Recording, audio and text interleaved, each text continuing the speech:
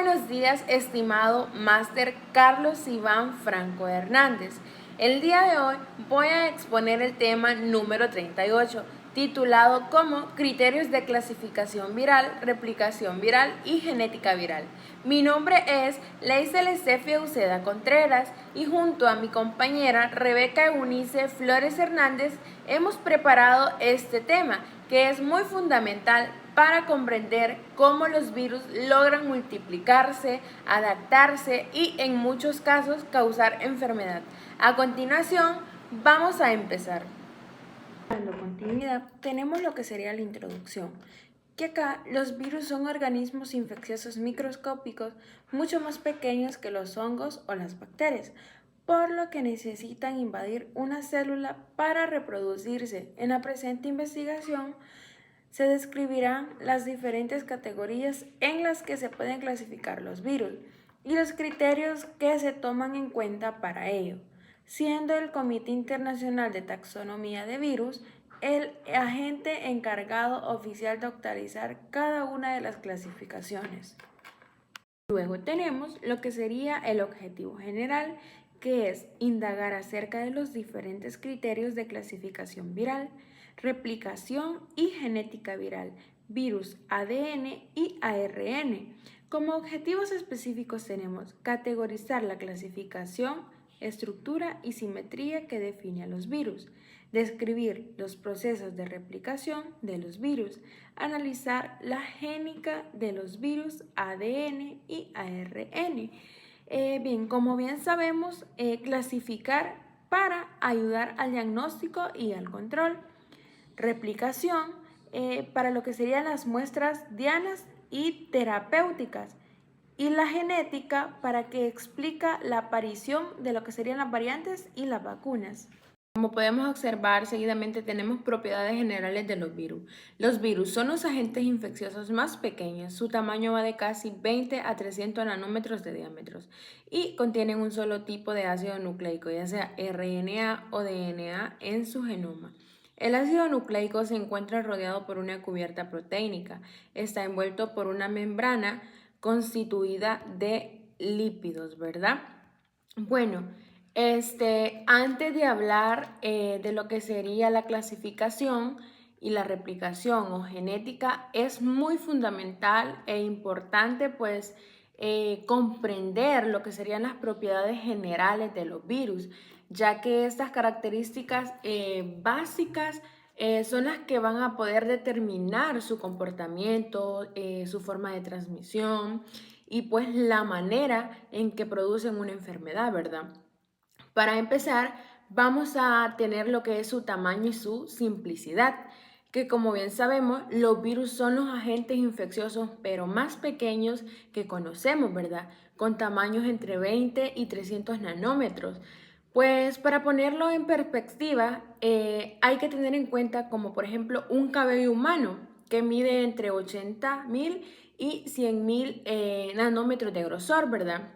Entonces, es decir, que los virus pues son miles de veces más pequeños y estos pues solo pueden observarse ya sea con microscopios electrónicos. Estos pues son mucho más simples que lo que son las bacterias y los hongos, ya que estos carecen de lo que son orgánulos, metabolismos y maquinarias para así producir su energía. Hay que tener una idea clave, ¿verdad? Que el virus es básicamente un paquete, podríamos decir, de genes protegidos por proteínas nada más, ¿verdad? Luego vamos a tener lo que es su composición genética, que como bien sabemos, pues los virus contienen solo un tipo de ácido nucleico, como bien decía anteriormente, ya sea ADN o ARN, pero nunca pueden contener ambos a la vez, pues este material genético puede ser monocatenario o bicatenario, o lineal o circular o segmentado, ¿verdad? Pues, como bien sabemos, la naturaleza del genoma pues define lo que es la estrategia de la replicación, clasificación del virus. Un ejemplo que les podría dar es como la adenovirus, que es ADN bicatenario, o el poliovirus, que es ARN positivo, ¿verdad? Luego vamos a tener las capsides proteicas, que pues el ácido nucleico recubierto por una capside formada por subunidades proteicas llamadas capsómeros. Pues la capside va a cumplir con 3 funciones principales, que es la protección, la adherencia y la antigenicidad. Pues cuando hablamos de protección, es frente a enzimas, pH y factores ambientales. Y la adhesión es en virus desnudos o con sus proteínas que reconocen a receptores ya sea celulares, ¿verdad? Y la antigenicidad, que pues acá es cuando las proteínas del capside suelen ser blancos de anticuerpos neutralizantes. Y también vamos a tener que la simetría de estos puede ser isoxaédrica, helicoidal o compleja. Luego vamos a tener lo que es la envoltura lipídica. Pues como bien sabemos, algunos virus tienen además una envoltura lipídica adquirida de lo que es la membrana de la célula del huésped. Entonces, en esta envoltura se insertan los que son las glicoproteínas virales, y estas nos van a permitir que la unión y la entrada al huésped también vamos a tener algunas propiedades, ¿verdad? Que los virus envueltos son más frágiles, se inactivan con solventes, ya sea como detergentes, el calor, la desecación, ¿verdad? Y pues los virus desnudos, en cambio, son mucho más resistentes, y estos van a sobrevivir mejor en ambientes hostiles, ¿verdad? Algún ejemplo podría ser como el VIH, ¿verdad? Envuelto por la transmisión sexual y sanguínea. Y pues también vamos a tener la naturaleza intracelular obligada, que pues los virus son parásitos intracelulares estrictos que están fuera de la célula, porque son partículas inertes, ¿verdad? Estos son incapaces de generar energía o de sintetizar proteínas, ¿verdad? Pues solo al entrar en una célula viva usan lo que es su maquinaria para producir proteínas y copias de su genoma. Pues estos no se dividen como lo que son las bacterias. Estos se ensamblan a partir de componentes recién sintetizados, ¿verdad? Un ejemplo que les podría dar es que el periodo de eclipse viral en laboratorio, ¿verdad? Es el que nos muestra como tras la entrada o como que no hay viriones detectables hasta que estos se ensamblan. También podríamos tener las enzimas y proteínas accesorias, que como bien sabemos, algunos virus traen consigo enzimas necesarias para así poder iniciar lo que es la infección, como las polimerasas, las transcriptasas inversas, las proteasas y helicasas. Y pues estas enzimas son muy esenciales para lo que es el ciclo y constituyen blancos importantes para lo que son antivirales, como por ejemplo los inhibidores de la transcriptasa inversa en VIH, ¿verdad? Y también vamos a tener lo que sería la antigenicidad e inmunología, perdón, que las proteínas de la capside y de la envoltura pues son altamente inmunogénicas, que estas pueden inducir anticuerpos, neutralizantes y respuestas de células T. También estos pueden explicar fenómenos como lo que vendría a ser la variación antigénica, por ejemplo, la influenza, el VIH. Entonces, debemos decir que los virus son entidades muy simples, que estos están formados por un genoma y una cubierta proteica, ¿verdad?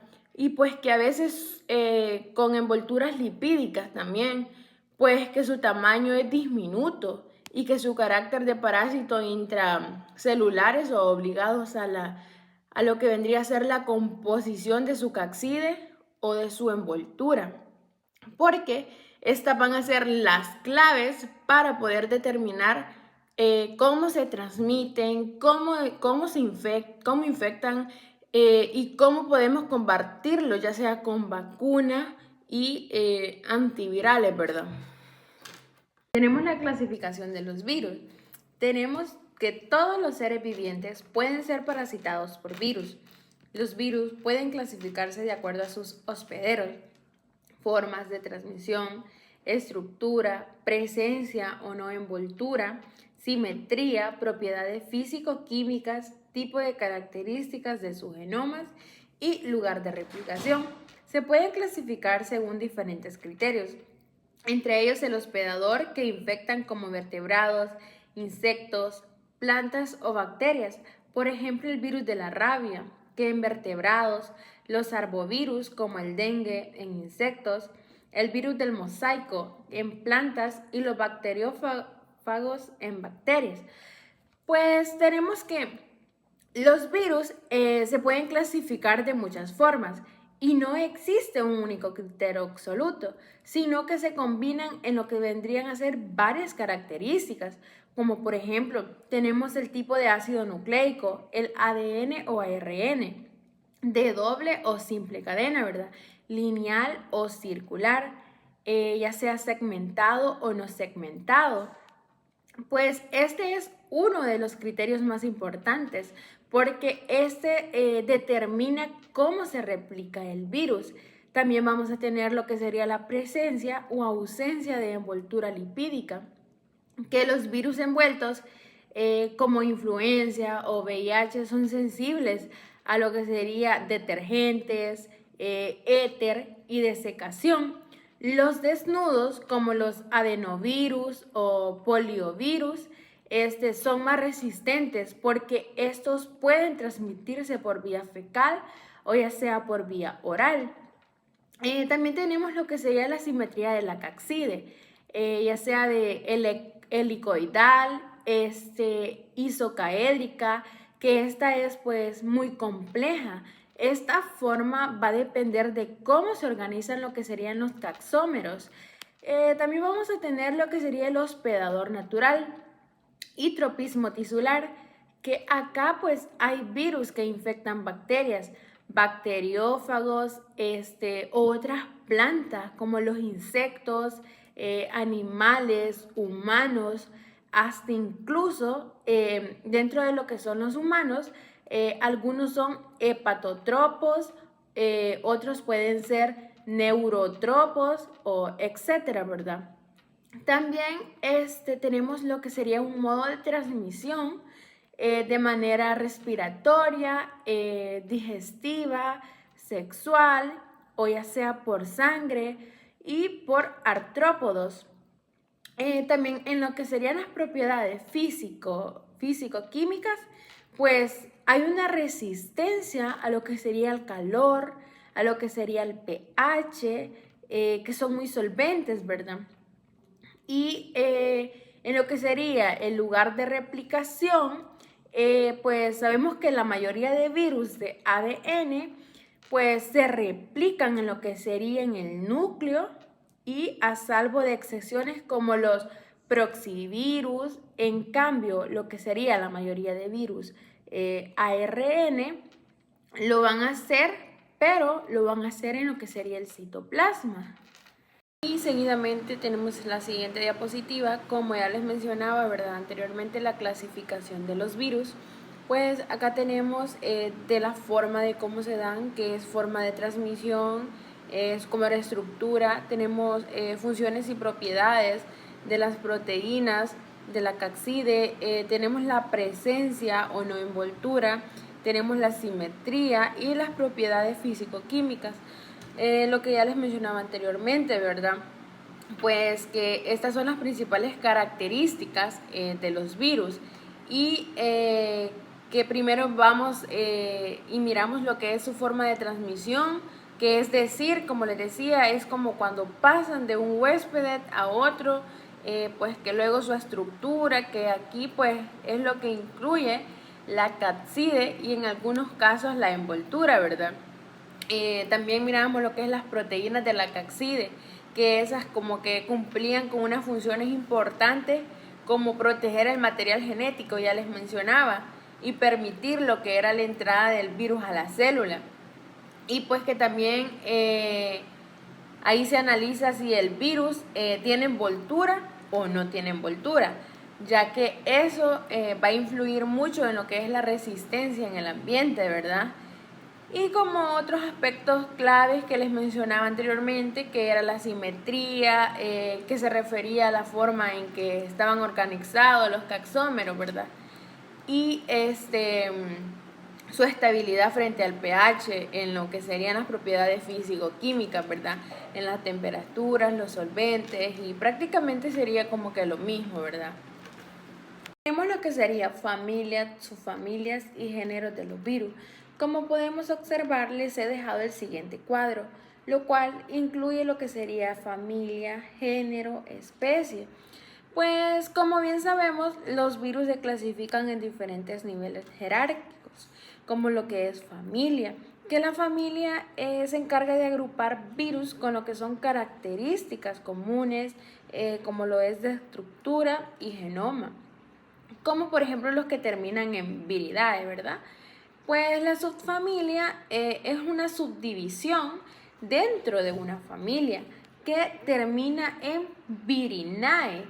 Y el género viene siendo lo que es un grupo más específico dentro de una familia o de una subfamilia que termina en virus, ¿verdad? Como por ejemplo, podemos poner el ejemplo de herpes viridae o alpra herpes viridae o simplex virus, ¿verdad? Que es herpes simple 1 y 2. Y tenemos el siguiente cuadrito, que este también incluye familias de virus muy importantes, como por ejemplo las familias de virus de ADN, como por ejemplo acá viene lo que es el herpes viridae, que este incluye lo que es el herpes simple, la varicela, el zóster, el Epstein-Barr, la latencia y la reactivación, ¿verdad? También el adenoviridae, que es la faringitis, conjuntivitis, gastroenteritis, ¿verdad? Y el papiloma viridae, que acá pues son las verrugas, el cáncer cervicouterino y la hepatnaviridae, ¿verdad? Que es la hepatitis B, y la procviridae, que es la viruela, el molusco contagioso.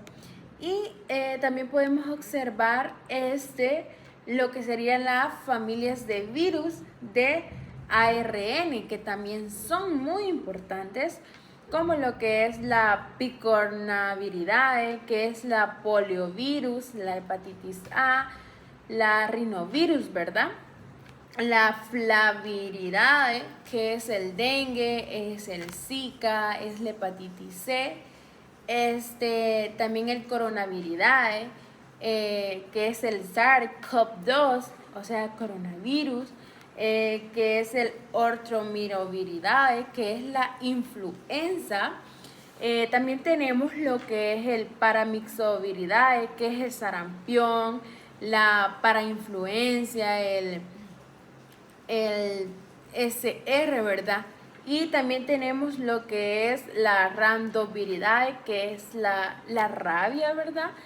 Y la retroviridae, que es el VIH. Y la reoviridae, que es la rotavirus. Tenemos la replicación viral, que esta es una característica fundamental de los virus. Es su dependencia de la maquinaria biosintética y energética de la célula que infectan, siendo incapaces de replicar en el medio extracelular. Por tanto, en muchos aspectos, el estudio de la replicación viral comprende el análisis de las interacciones entre el virus y la célula hospedera. Bueno, como bien sabemos, pues el ciclo de replicación viral consta de 6 fases principales. Como primera fase tenemos lo que sería la absorción, que acá pues el virus va a reconocer lo que serían a sus receptores específicos en la membrana de la célula, el huésped. Pues esto determina lo que sería el tropismo, por ejemplo como el VIH, ¿verdad? Que necesita un CD4 y un correreceptor como el CCR5. Tenemos lo que sería la penetración, que pues va a ocurrir por fusión directa de membranas, como en virus envueltos o por endocitosis mediada por lo que serían los receptores. Pues los virus desnudos entran usualmente por endocitosis. También tenemos otra fase que sería el desnudamiento, que acá pues es la liberación del ácido nucleico en el citoplasma o el núcleo. Y también vamos a tener otra fase que sería la expresión del genoma, que acá pues es la síntesis de proteínas virales. Aquí lo que sería la estrategia depende del tipo de genoma. Y también vamos a tener lo que sería la replicación del genoma, que es la formación de copias de lo que sería del ácido nucleico viral. Y también vamos a tener el ensamblaje y la liberación, que acá las partículas virales se arman y estas salen por gemación, en lo que serían en virus envueltos, o ya sea por lisis celular, en virus desnudos, ¿verdad? En el laboratorio, lo que sería la replicación, esta se estudia con lo que sería la curva, o sea, es decir, de un solo ciclo, que esta llega y muestra el periodo de Eclipse, que es cuando no se detecta el virion infectivo y el periodo de latencia, ¿verdad? Como bien sabemos, cada etapa puede ser blanco de antivirales, como por ejemplo los inhibidores de fusión en VIH, que estos inhibidores de polimerasa en herpes virus o en lo que sería la hepatitis C. Tenemos los ciclos de replicación. El ciclo de replicación de un virus, conjunto de eventos que conducen a una infección viral productiva, comienzan con la unión de las partículas virales con receptores específicos presentes en la superficie celular, proceso denominado absorción.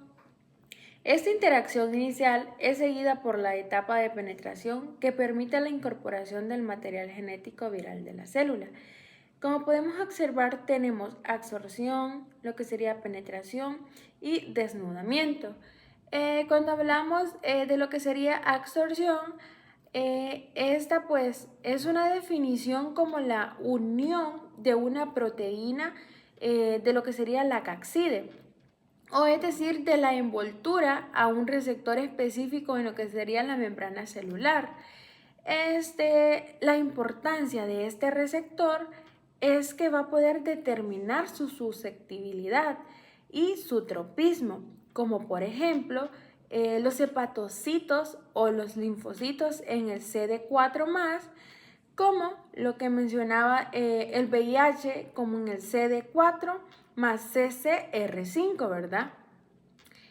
Una nota clínica bien importante es que hay variaciones en lo que sería la proteína de la superficie viral, porque pueden cambiar de especie, ya sea de tejido o diana, ¿verdad? O sea, es decir, lo que serían los saltos de especies. Vamos a tener la penetración, que pues la penetración tiene sus vías principales, como la fusión directa, que acá pues son los virus envueltos, ¿verdad? Como la endocitosis, que esta pues va a estar mediada por receptores. También la dependencia del pH, acá pues depende bastante de eso porque algunos virus van a requerir de adicificaciones endosomal como para activar lo que sería la fusión, como por ejemplo la influenza, que otros se pueden fusionar como en la que sería la membrana plasmática, sin necesitar el pH, ¿verdad? O el ácido, como por ejemplo lo que serían los paramyxovirus. También vamos a tener lo que serían los virus desnudos, que estos pues normalmente la endocitosis seguida de lo que sería la permeabilización del endosoma, o lo que sería la formación de poros, ¿verdad? Para así poder liberar lo que sería el ARN, o como por ejemplo el poliovirus, ¿verdad? Y luego tenemos el desnudamiento, que el desnudamiento es la pérdida parcial o total de la capside, que es el que expone al genoma.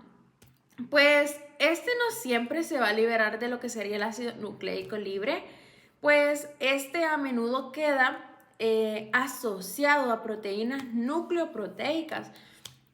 Y pues el lugar de desnudamiento puede ocurrir en lo que puede ser la membrana plasmática, endosomas o en los poros nucleares, ¿verdad?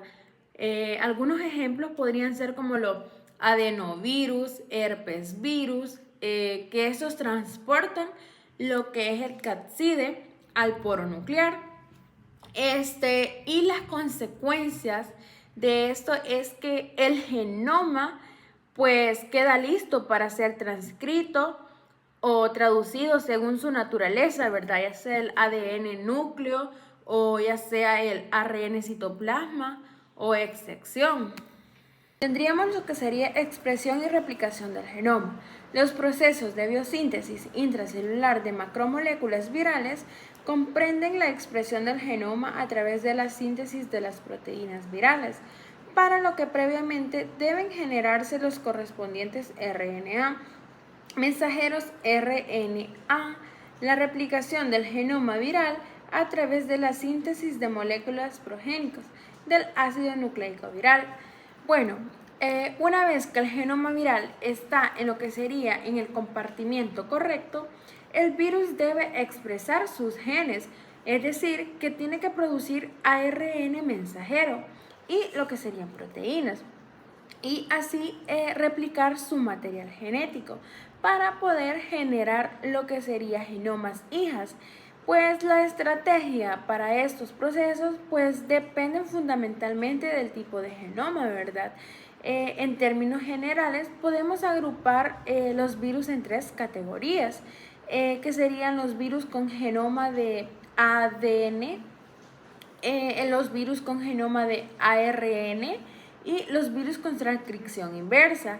Pues cada grupo utiliza lo que son sus recursos celulares de formas distintas y por ello es que presentan diferencias en lo que sería en localización, en núcleos, en lo que sería citoplasma, pues en dependencia de enzimas celulares también y en lo que sería una vulnerabilidad frente a antivirales, ¿verdad?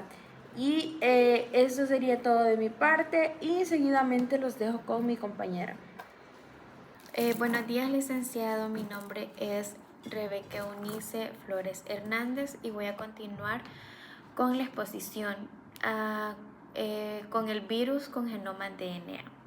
Dado que el DNA es el material genético de la célula eucariótica, no es sorprendente que la mayoría de los virus con genoma ADNA usen en gran medida la maquinaria enzimática celular para expresar y replicar su genoma y que los mecanismos con que ocurren estos eventos sean en muchos casos réplicas de los que normalmente realiza la célula.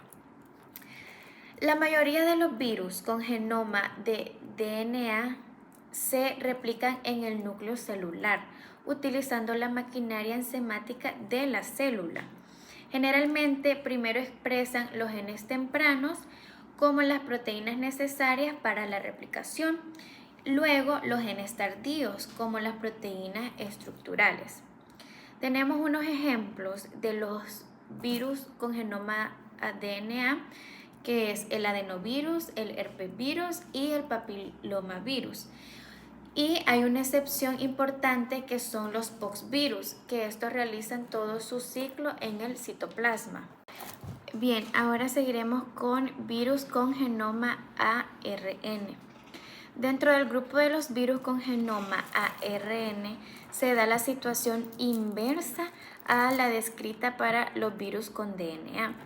Los virus con RNA de cadena simple son mayoritarios frente a los de RNA cadena doble. Tanto la transcripción como la replicación de estos genomas implica la síntesis de una hebra de RNA sobre un templado de RNA. La enzima para catalizar este proceso es una RNA polimerasa RNA dependiente que no existe en la célula eucariótica, por lo que siempre debe ser obligatoriamente codificada por el virus. Los virus RNA tienen un mecanismo diferente. La célula no posee una RNA polimerasa dependiente de RNA, por lo que el virus debe codificarla.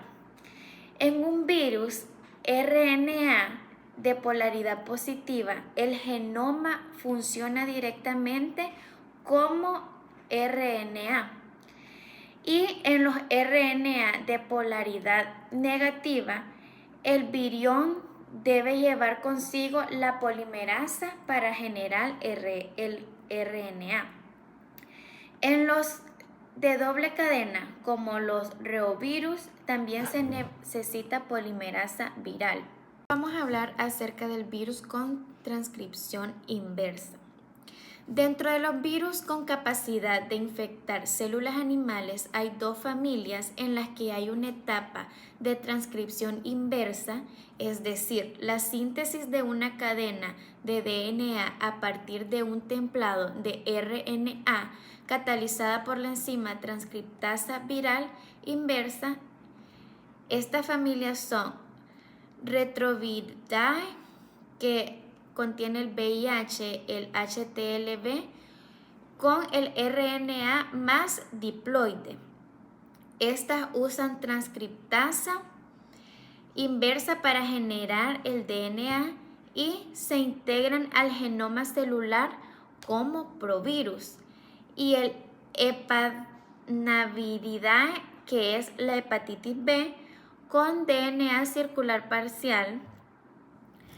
Existen dos familias de virus animales que utilizan transcripción inversa. Están los retroviridae, como es el VIH y el HTLV, cuyo genoma es ARN positivo diploide. Usan transcriptasa inversa para generar el ADN complementario, el cual se integra en el genoma celular como provirus. Y los Hepanaviridae, como el virus de la hepatitis B, que tiene el ADN circular parcial. Este se repara a ADN de cadena doble completo y luego se transcribe en el núcleo. Ensamblaje y liberación.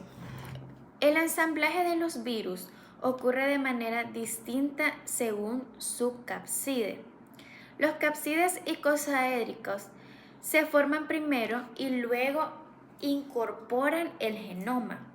Los capsides helicoidales se ensamblan alrededor del genoma a medida que éste se sintetiza. En cuanto a la liberación, los virus envueltos salen por gemación a través de membranas celulares, incorporando glicoproteínas virales. Y los virus desnudos se liberan por lysis celular, lo que destruye la célula huésped. Curva de crecimiento viral. El crecimiento viral se estudia en cultivos celulares y presentan fases características. Primero tenemos el periodo de eclipse. Tras la penetración y desnudamiento no se detecta infectividad. Luego está la fase long, que según el aumento exponencial de infectividad intracelular. Y por último, el periodo de latencia, que el tiempo antes de detectar virus en el medio extracelular. Estas fases permiten comprender la cinética de replicación y diseñar estrategias antivirales. Genética viral. La genética viral estudia tanto el genotipo, es decir, la secuencia del genoma, como lo es el fenotipo, que son las características observables.